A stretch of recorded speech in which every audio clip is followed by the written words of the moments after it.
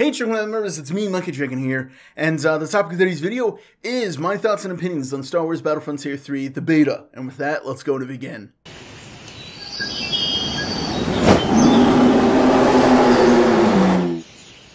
Okay guys, so first off I want to say I'm not going to really be talking about too much about the bugs and stuff that I found because there really wasn't too many.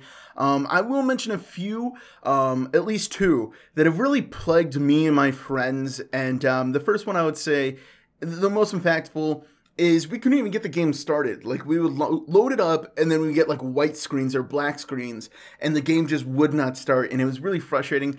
I think through research we found that it was something with NVIDIA or something. I know there's eventually like a patch or something that got the game working. There was issues all the way through, but eventually got fixed, and we were able to go play and whatnot. I know an issue that really plagued me was I would get booted or disconnected from the servers, and that was really frustrating.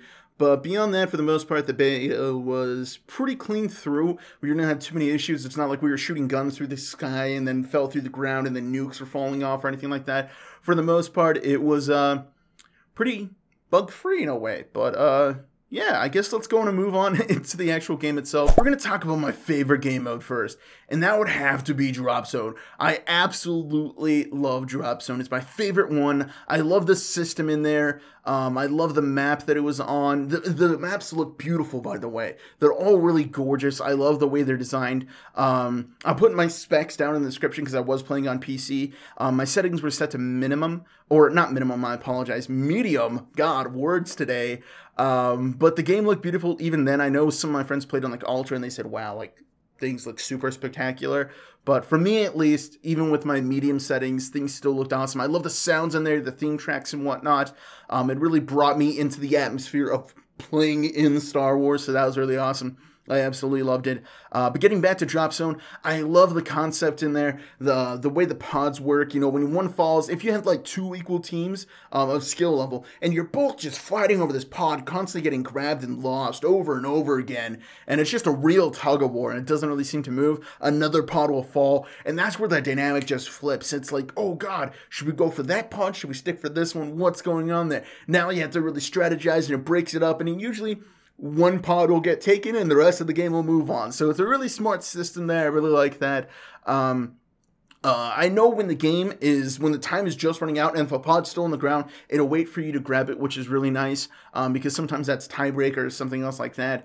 And it's pretty cool. I will say though, probably one of my least liked things about this game mode, and I think the overall game in a way, is the spawn system. The spawn system is pretty bad. You'll have issues, and I probably only had this issue not once, but only in one location for a Drop Zone, where the enemies would spawn behind me, and I'm talking about like Crater, where the pod will fall. They'll spawn like behind us in the rocks, or like kind of near the town, in the kind of the back corner, or something like that. And it's really awkward for them to spawn there, because it's like, dude, we're all here. Like, they should be spawning over there. Why are they behind us? It makes no sense. Our backs up or against a wall. Why are they there?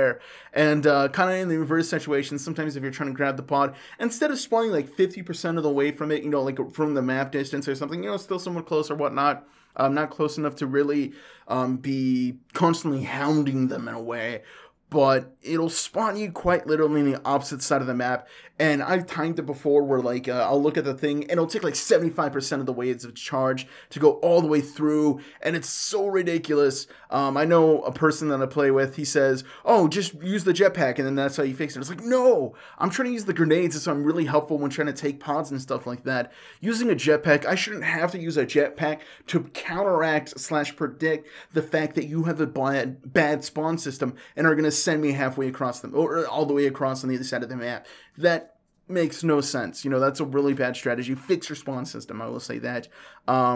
But one of the reasons why I really love this game mode, and I'll say this because don't want to end it on a bad note, is I love the feeling of, even though it's bad in a way that I spawn all the way across the map, that I'll just sprint all the way across the map. You just see the bar ticking. It's getting right there. I'm getting shot. Activate my shield. Boom, grab the pod, start capturing, and then boom, reset the timer. Love it. That's the best feeling in the world. I love being impactful in the game, and that's why I love that game mode, because it is like a 6v6 or something like that, or an 8v8, I'm not really sure. I love the smallish game modes because I feel impactful. I feel like I can do something there, and it feels nice and whatnot. But let's go and move on to, I guess, my least favorite game mode in here. There was only really two, is Walker Assault on Hoth. I will say this, though. It's a really interesting concept, and I like the way it works in a way. It's really interesting how, as rebels, we have multiple ways to go at trying to take down the walkers. You know, there's strategy in there. You get multiple ways to kind of go at it. You can either kind of wait to get the snow speeders to take things down and whatnot, trying to get everyone in turrets to shoot it out at a time, so nades, save up your powerful streaks, your thermal detonators and stuff, and or thermal imploders. This way, you know, you can really do heavy damage. You know, there's multiple ways to go at this thing, and I really enjoy it for that reason. Whereas the Imperial side, you really don't have much options. It's like, kill all the people, make sure they don't activate the little radar dishes and stuff, and that's about your options. You really don't have too many crazy things like, guys, should we take the walkers this way? Like, no, the walkers aren't a fixed path, but it's pretty cool. I like it in that regard. It's a really interesting system. I've said that before. But let's get into... Oh, wait, I will say this. I love the heroes. They're really cool. It's really awesome to just, like, boot up as Luke and be like, let's go kill some people. And then you just start trekking stuff. It's absolutely fun. Love playing as Vader and whatnot. It's really epicness. Although, now for the reason why I really don't care for it that much. And it's because it is so massive. I really feel like I don't really get to do much. And since when you're shooting down these things, unless you have the skill to like take the snow speeder and trip up the thing or something, for the most part, one player doesn't really do too much. It's not like, oh, I'm a single person, I'm gonna go either activate or deactivate one of the radar dishes. It's like, no, it's a 40-person thing. Like, there's definitely gonna be a ton of people on that dish, and it's not like you trying to push up to it can eventually get there and then grab it. Like, no, if you start doing that, there's just gonna be nades and sniper shots landing all around you, disrupt your shield and kill you. There's not going to be much for you to do, and it doesn't feel good. And like I've mentioned before, the bad spawn system, sometimes you'll like spawn in front of the walkers, and with so many people there, you know, for some reason, I don't know how they choose the spawn, the way you spawn. It kind of sucks that, you know, sometimes you'll just spawn and then die because there's so many people there. There's just people around corners, and I'm not even talking about just spawning on your partner or whatever it is. I mean, just like randomly spawning when you just start.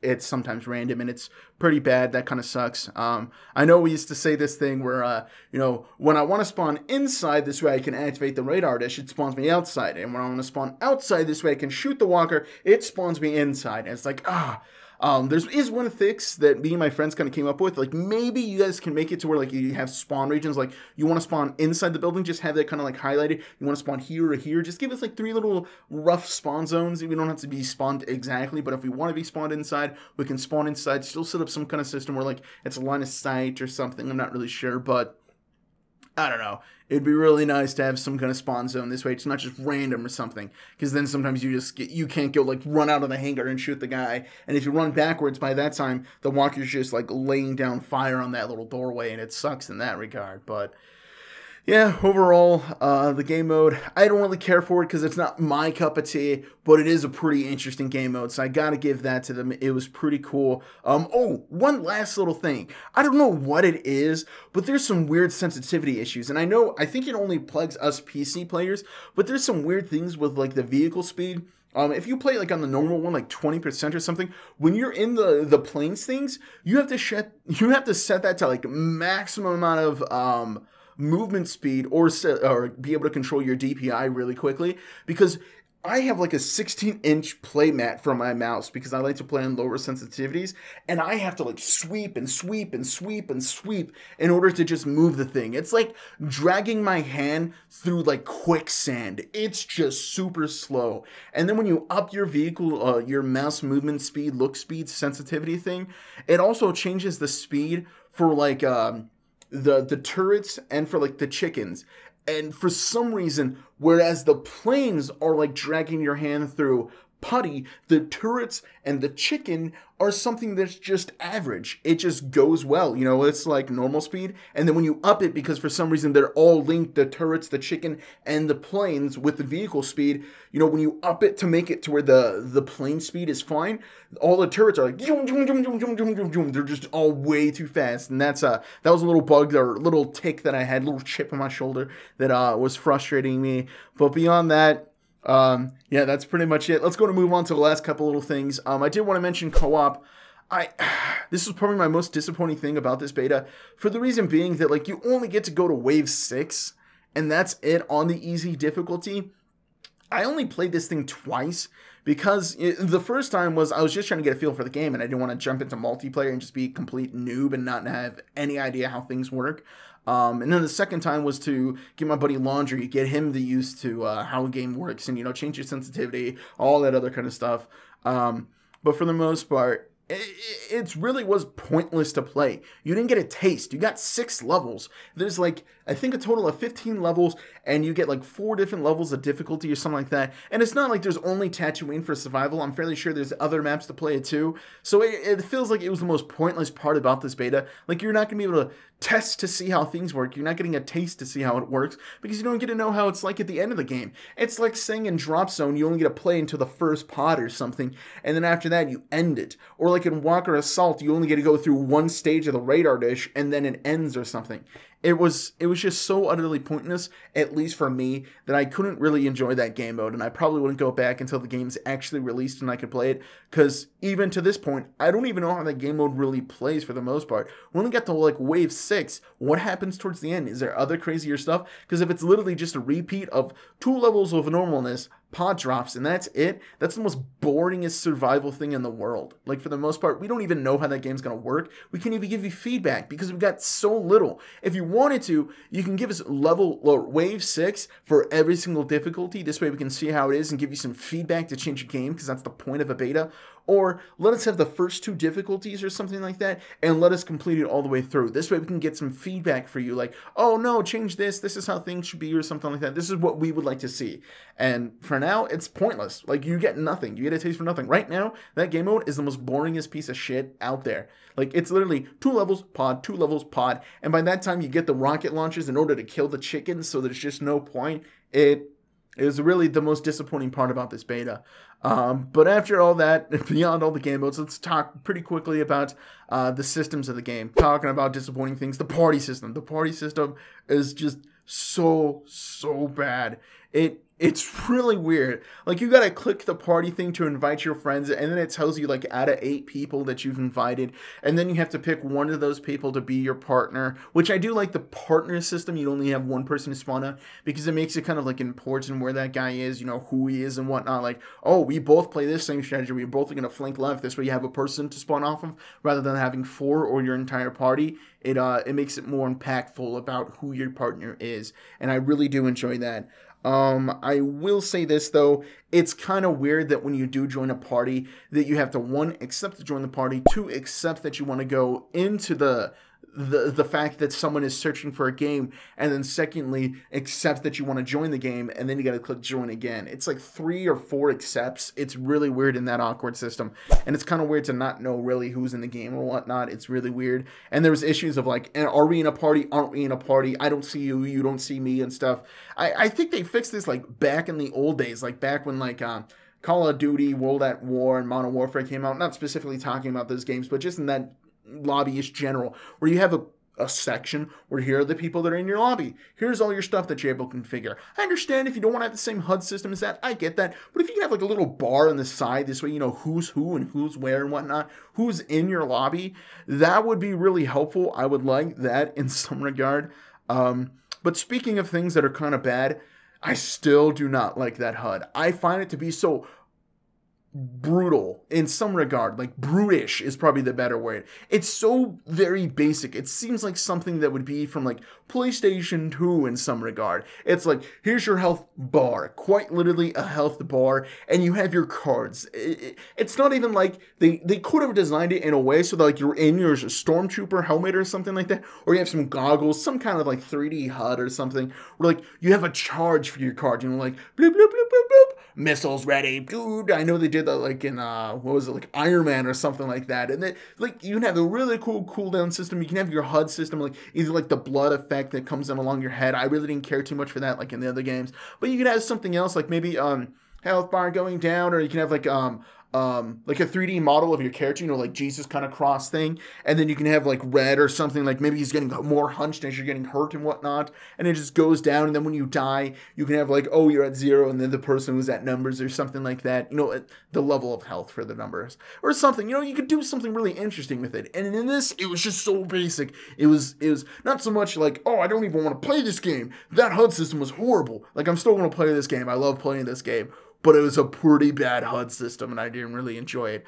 But yeah, beyond that, I guess kind of the last thing that I did want to talk about is the card system and the weapon system. And I really enjoy this weapon system and the card system, the way it works. I like the fact the way you pick your guns. And the thing that designs your character, or it makes them unique in a way, is the cards that you pick. And usually in games where they have some kind of pick or choose system and they just throw it in there for like, you get to decide how you work. Usually the things that you pick or choose don't really matter. I know like in COD when you get to pick and choose if you have nades, like those nades don't even really matter. You know, it's a one-use thing in a life. Like, why even have that? I want to build up my weapon. Whereas in here, you know, you get to choose between these nades, these jetpacks, these sniper rifles.